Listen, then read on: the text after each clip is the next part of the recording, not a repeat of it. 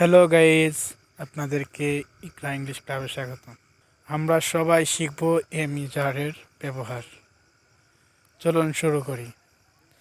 I am আমি হই, you আর তুমি হও, উই আর আমরা হই, ইউ আর তোমরা হও, হি ইজ সে হয় বা তিনি হয় যদি বড় বোঝান বা সম্মানিত বোঝান, শি ইজ তিনি হন, ইট ইজ ইয়া হয়, দিস ইজ এটি হয়, রহিম ইজ রহিম হয়, নীলা ইজ নীলা হয়, দে আর তারা হয়। কিন্তু কখন কোনটার পর কোনটা বসবে চলুন। আই এর পরে এম বসে, অর্থাৎ ফার্স্ট পারসন সিঙ্গুলারের পর সবসময় এম বসে। যেমন I am a student, I am a teacher. আর ইজ কখন বসে? ইজ বসে থার্ড পারসন সিঙ্গুলার হলে। সাবজেক্টটা যদি থার্ড পারসন সিঙ্গুলার হয় তারপরে ইজ বসে। যেমন Rahim is a doctor, she is a nurse, my father is a teacher. আর বাকি সবগুলার ক্ষেত্রে আর বসে।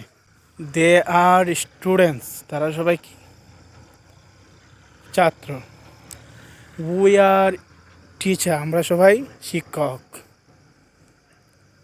আর ইউ স্টুডেন্ট, তুমি কি ছাত্র। Are you student, you are student, তোমরা ছাত্র। তাহলে চলুন আমরা খুব ইজিলি শিখে নিলাম।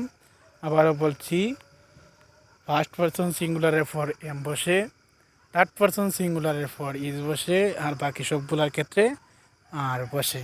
ওকে, শিখে গেলাম। দেখা হবে অন্য কোনো ভিডিওতে। ততক্ষণ পর্যন্ত ভালো থাকুন।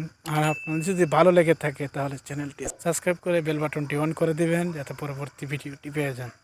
আর যদি কোনো প্রশ্ন থাকে তাহলে কমেন্ট বক্সে জানিয়ে দেন। আর ভিডিওটি কেমন হলো কমেন্ট বক্সে জানিয়ে দেবেন। Thank you so much.